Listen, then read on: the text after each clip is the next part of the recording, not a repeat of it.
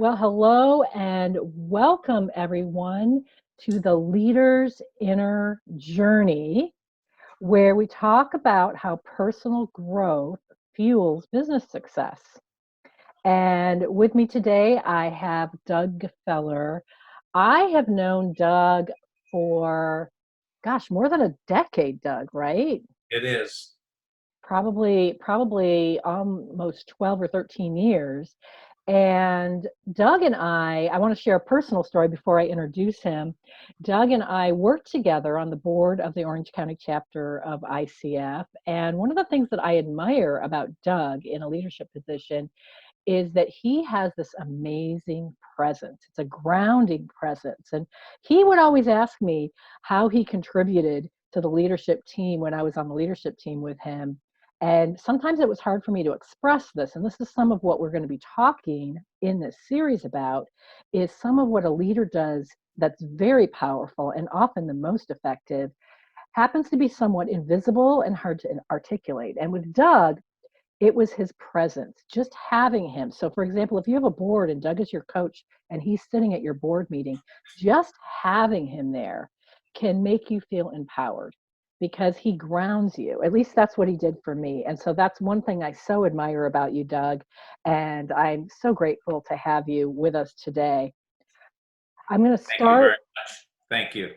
You're welcome. I'm going to start by reading Doug's formal bio, so you know a little bit about who he is. Doug is a master certified coach, accomplished senior executive, consultant, thought leader, and board member with more than 45 years of success across the construction, manufacturing, and real estate industries.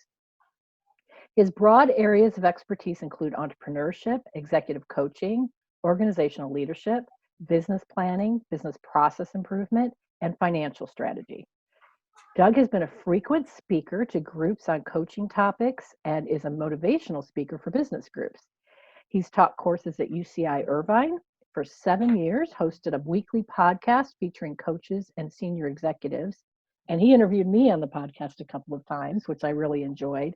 And Doug is on several boards of directors currently. Storm Industries, LNX Construction, I think I said that right, LNS Construction. LNS. And D'Angelo Company? Is that how you D'Angelo, pronounce it? correct. D'Angelo Company. So, Doug, I'm so happy to have you with us today. I know I shared a little bit about my experience with you. We have a formal bio, but maybe let's just start with something light to help our listeners and our watchers get to know you a little bit better. Maybe give us an example. You know, you've been a leader yourself and you've coached leaders. What's maybe an embarrassing or a funny moment that you can share with us about your experience as a leader? You know, you told me you were going to ask that question. There are so many embarrassing stories I could tell, but I don't want to. But one story that sort of stuck with me was back in my days of being a home builder. I was developing a project in the city of Buena Park, and we were in front of the city council for approval and having a very hard time because one of the units was only going to be 850 square feet large. And they didn't like that. And they said, you know, nobody can live in something that small. And there was a lot of discussion. And I realized that really nobody knew what 850 square feet was. It's a number, but nobody had really experienced it. And so I asked if anybody would be willing to go on a tour with me to observe and see what it was like. And I was fortunate enough that the mayor said, I'll do that. Let's postpone the decision and give me a list of projects and I'll pick one and we'll go look at them. So we did. So he picked a project. I didn't know which one he would pick. It was in the city of Santa Ana. It was a condo conversion. And we're walking through the unit. He's going, this is kind of small. And while we were walking through it, these units were for sale. There was a young lady there who was also looking at it to buy. And he stopped her and he said, do you mind if I ask you a few questions? Would you live in a unit like this? And she said, oh, yeah. She said, we've been looking for something like this for a long time. It's just the right size for us. And he said, really? He said, what would you buy this one? She says, well, we don't really like this neighborhood. We're from Buena Park. but we don't have anything in Buena Park like this. Now, this is the mayor of Buena Park she's Oh talking my to, gosh, that's so and didn't know it, coincidental. and didn't know it.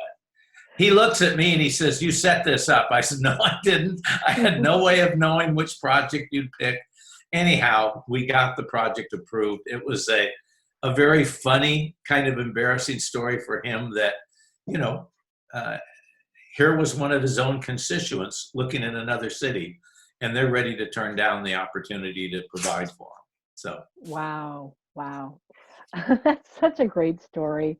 It's funny how fate sort of intervenes sometimes, isn't it? well, and from a leadership point of view, the thing that really, when I thought back on that story, that hit me was, luckily it was a day where I was observant enough to realize that it wasn't the numbers that were scaring people. It was emotional. They didn't Hmm. know what 850 square feet meant. And so once I realized that, then instead of arguing the merits of square footage, it was, let's go look at it, let's see it. And I just lucked out with the young lady who was looking at the unit. That couldn't have planned it better.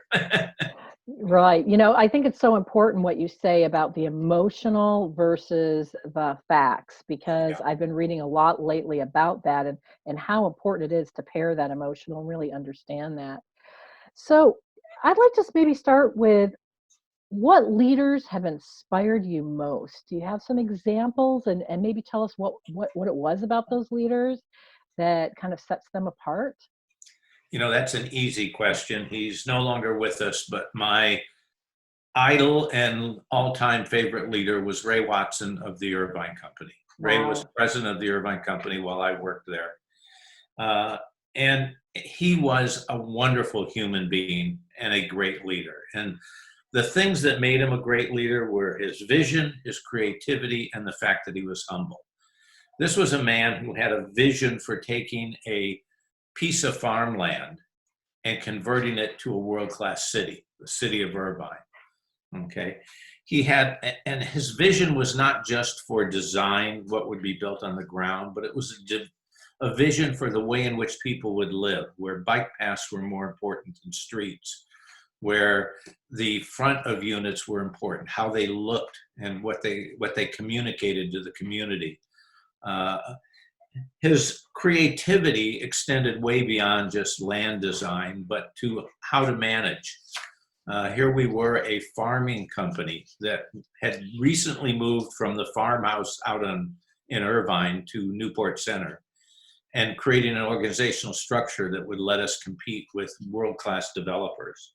Wow. And yet he was a humble man.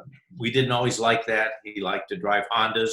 We wish the company provided Mercedes as company cars, but he was a humble person. He was approachable. Anybody could talk to him anytime. Most days you would find him having his lunch at the hot dog stand in Fashion Island, sitting by himself, ready to talk to whoever walked up and wanted to talk to him. What do you think that humility and approachability did for the company and for the people that worked for him? How do you think it may have changed them or It, changed how it, things it work? created it created an environment, Nahid, where you weren't afraid to fail.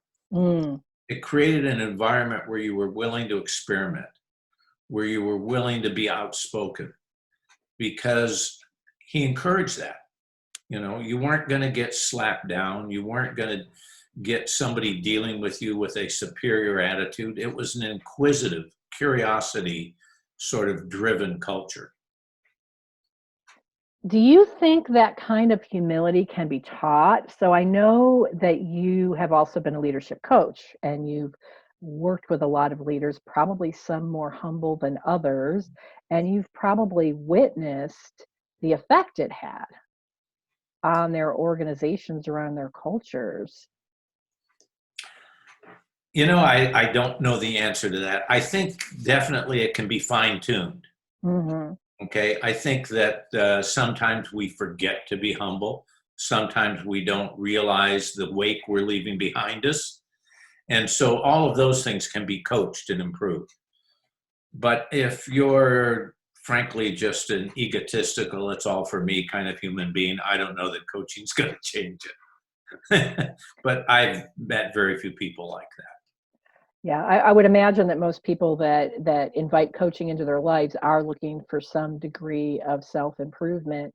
But now that this humility reminds me of that's one of the things about you that creates that grounding presence that I talked about in the beginning. Um, you know, that humility, that approachability, it creates a psychologically safe environment, and people thrive because they're not afraid to fail. So that's really inspiring. I think that's really important too in terms of a factor. Most people that I've coached, leaders, they're already good leaders, Hmm. but they're interested in being better leaders. And so it's the kind of thing that a little bit of improvement can have a huge impact because you're already working with a base that's relatively stable and sound. Yeah, it makes a lot of sense. Now, you were a leader too, right? For many years before you moved into leadership coaching. Did you have a coach when you were a leader, or did you experience any times or any great growth moments that you could My share with us? my first coach wasn't until I signed up for training to learn how to coach and was required to Mhm. hire a coach. But I was fortunate enough while I had my home building company for almost 20 years to get involved in CEO peer groups. Okay. And that really provided me sort of a group coaching environment Hmm. where I met once a month with peer CEOs who were in non-competitive businesses and was able to share my questions, my insecurities, my lack of knowledge within that group and feel safe and protected and to get really good advice and to get new and different perspectives. And is that how you feel that group changed you? Is that extra perspective, or were there some other changes you made as a result of being in that group? I think it's all about perspective. You know, Hmm. the name of my business is the coaching perspective because I'm so committed that we don't learn a lot that's new or we don't get a lot. We can't go read a book or watch a YouTube video or on, but it's only through conversation. It's only through coaching that only through peer groups that you can truly start to understand new and different perspectives, that you can let go of the way you've always looked at things, let go of your tried, proven, knee-jerk reaction that served you well in the purpose in the past, but isn't helping you anymore. So Hmm. perspective is a big word for me. Right, I can only imagine because, I think about some of the people that I coach, and I would say that's one of the most difficult things for them to get out of their own way of looking at things. And some people are much better at it than others, but the ones that actually can quickly get themselves into the shoes of someone who is on their team, for example, or a peer that seems to be getting under their skin, or even a client company, they tend to do much better. Yeah. What I found out very quickly in peer groups where the peers were all in different industries Mhm. was we all have basically the same problems as leaders in running a business. Mhm. But given the industry we're in, we have learned and sort of developed standard ways, standard perspectives of how to look at the problem and how to solve it. And it's only when you talk to people in other industries that you can break out of that and go, oh, I never thought of it that way. And to Mhm. me, that's what coaching's all about. It isn't just asking questions. It's asking questions to create a new perspective, to open up the door, to look at things differently. Yeah, yeah, that's powerful.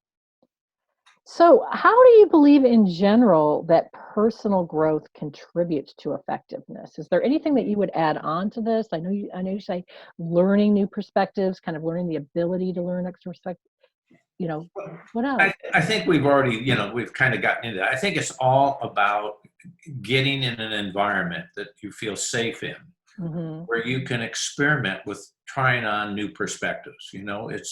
It's sort of like, I mean, for most men, buying clothes is not something we like to do. Right. And if I go with my wife to buy some new clothes, it's like I can't look at what's folded up on the table or what's hanging on the rack and know whether that's going to look good on me. I've got to try it on Mhm. and see whether that feels good, whether that looks good, whether it's comfortable for me.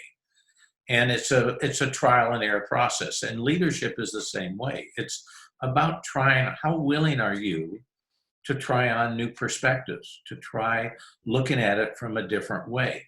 I mean, I think a lot of what we're hearing in today's environment is all about perspective. We can call it race, we can call it economic change, we can call it political distancing, I don't know. But it's all about trying on a different perspective. How does the other person live? How do Mhm. they look at it? So I think that's really how you develop as a leader, is your ability to quickly and easily change your perspective.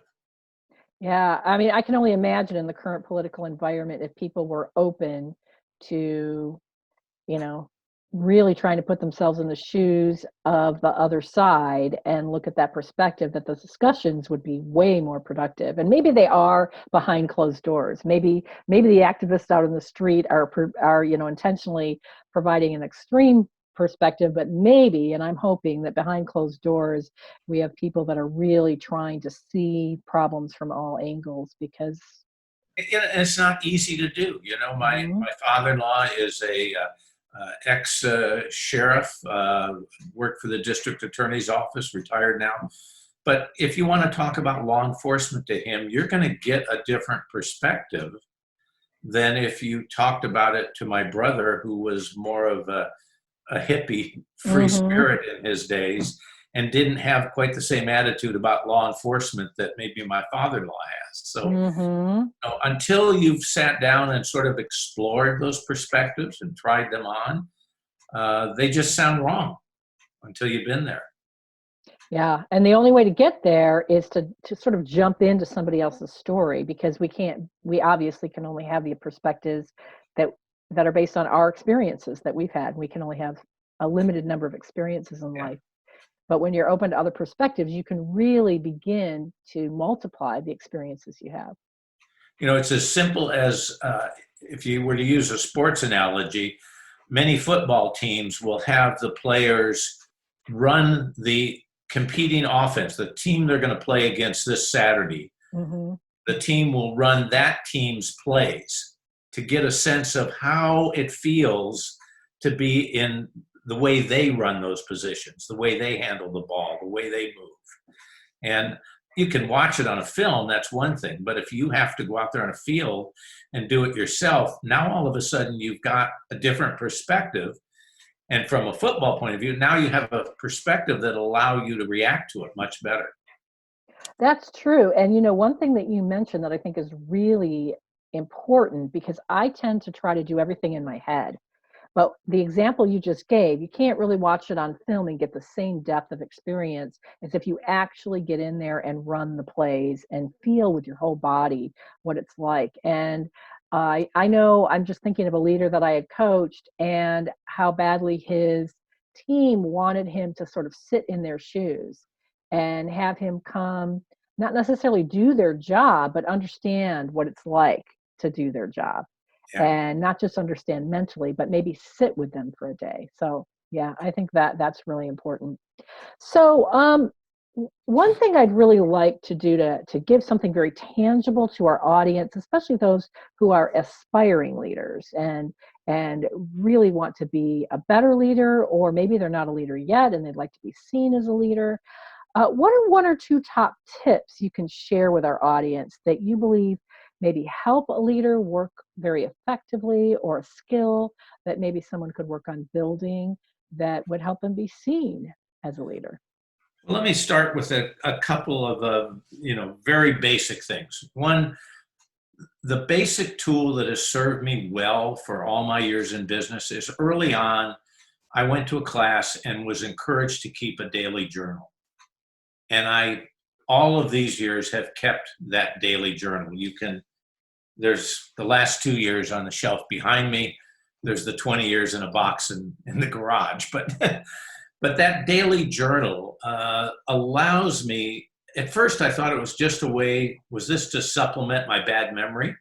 Uh, was this to provide evidence for a court case? And it does all of those things. But what it really does is when I sit down and write in it, or when I sit down and review this week's entries at the end of the week, it gives me a chance to reflect on a different level what went on in that conversation, what went on in that meeting. Because when I'm here talking to you now, I'm focused on reacting right now. Mm-hmm. When I watch this later, I'll look at it with a different perspective. I'm now an observer, not a participant.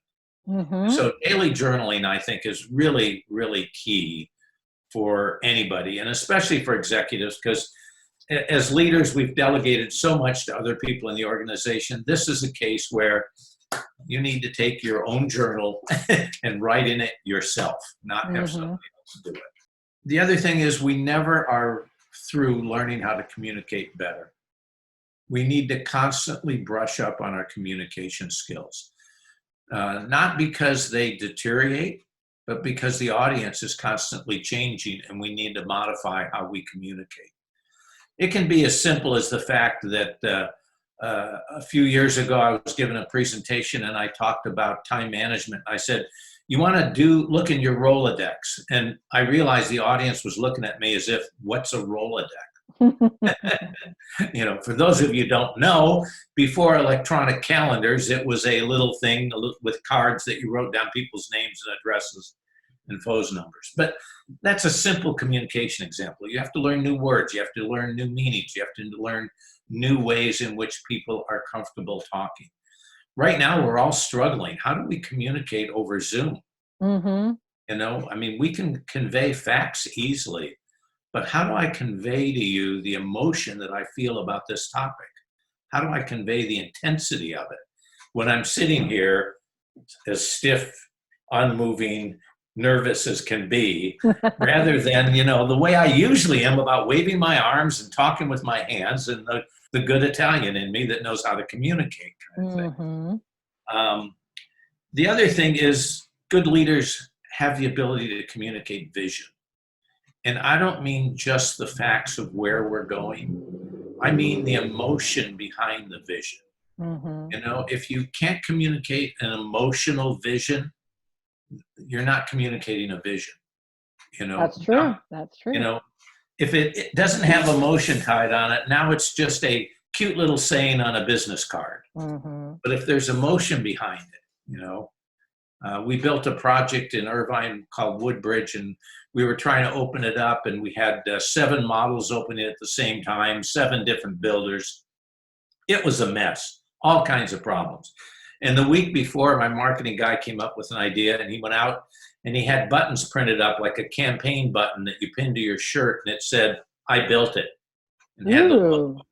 And he handed them out. We handed them out to every single person in the field, hundreds of people, from decorators to ditch diggers to traffic cops to whoever. Those people showed up the next day with different clothes on, but the same button. They took it off yesterday's shirt and put it onto. It created an emotion. I built it. Okay? Not we built it. I built it. So emotional visions are key. The other thing is the ability to set priorities. Not just your own, but everybody else's. Yeah. I had a situation, I was coaching a company, and they asked me to facilitate a planning meeting because they were having such a difficult time. And so I went into this room, and we had all the senior executives, the president of the company. 3 walls were whiteboards, and I said, let's start by putting everything that we need to do on this whiteboard.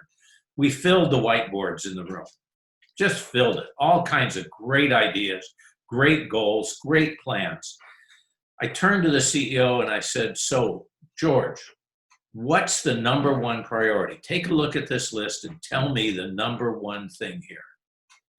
He looked at the list, he thought about it for a bit, and he came back and he said, everything's number one. We had identified the problem.